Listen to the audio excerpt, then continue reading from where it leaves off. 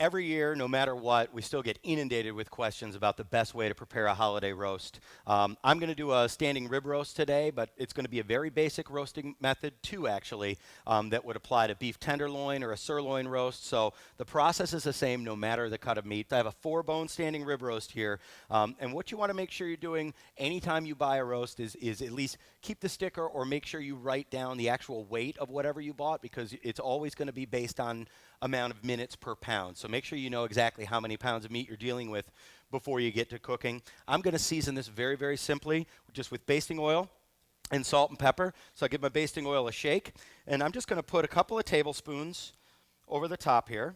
Just drizzle it on, and then I'm going to brush it on just so I get a nice even coating. And what that's going to do, number one, obviously the basting oil provides good flavor, but it's also going to allow the salt and pepper to stick to the surface, which is what we want. So I'm just going to brush that, get a nice even coat. All right. And then I'm going to go ahead and season this very aggressively with salt and pepper. Keep in mind, especially for this is a relatively large piece of meat. So we have a lot of mass that we need to account for seasoning. So I want to season the outside pretty aggressively with salt. And now I've got fresh cracked pepper as well. That's always a matter of taste.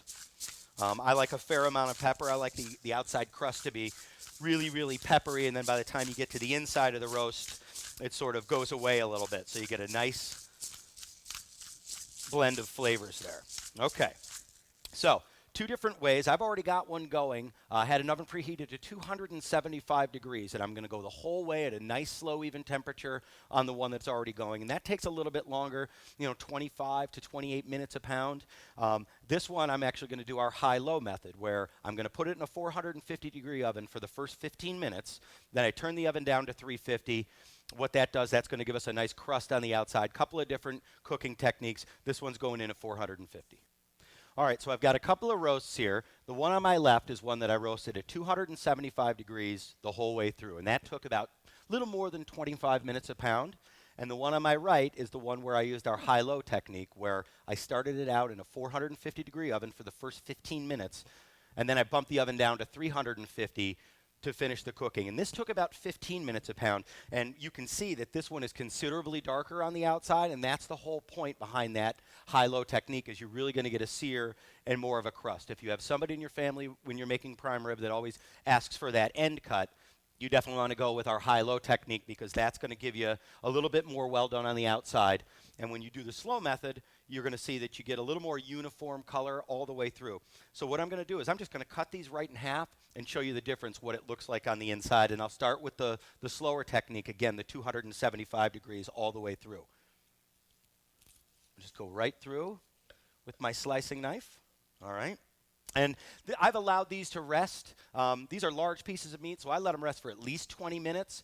We have a nice guide in the magazine where you can see a approximate sort of suggested resting times. And it's important to let it rest, because what you really want to do is you want to allow all those juices to sort of absorb themselves back into the meat, and that way you get a nice, juicy, tender piece of meat every time. And what you can see here is we've got that beautiful sort of medium color all the way through. For me, I like my prime rib to be medium. I don't want it overly rare. I like it, the flavor's better for me at medium, but you can see it's nice and sort of rosy all the way through. And that's the low and slow. You don't have the crust development. And I'll cut this one in half now and show you the difference.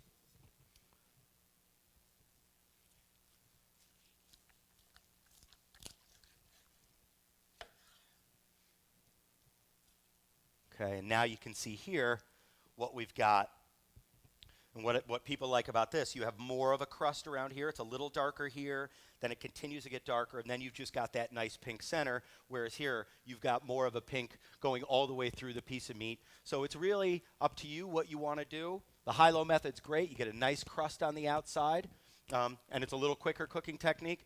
The slow is probably what you're going to find more of what they do in a prime rib house. So you get that nice color all the way through, and you have less of a well-done end cut. Either way is great. You're going to wind up with a successful, delicious holiday roast no matter what. Try both if you want to, and have a great holiday.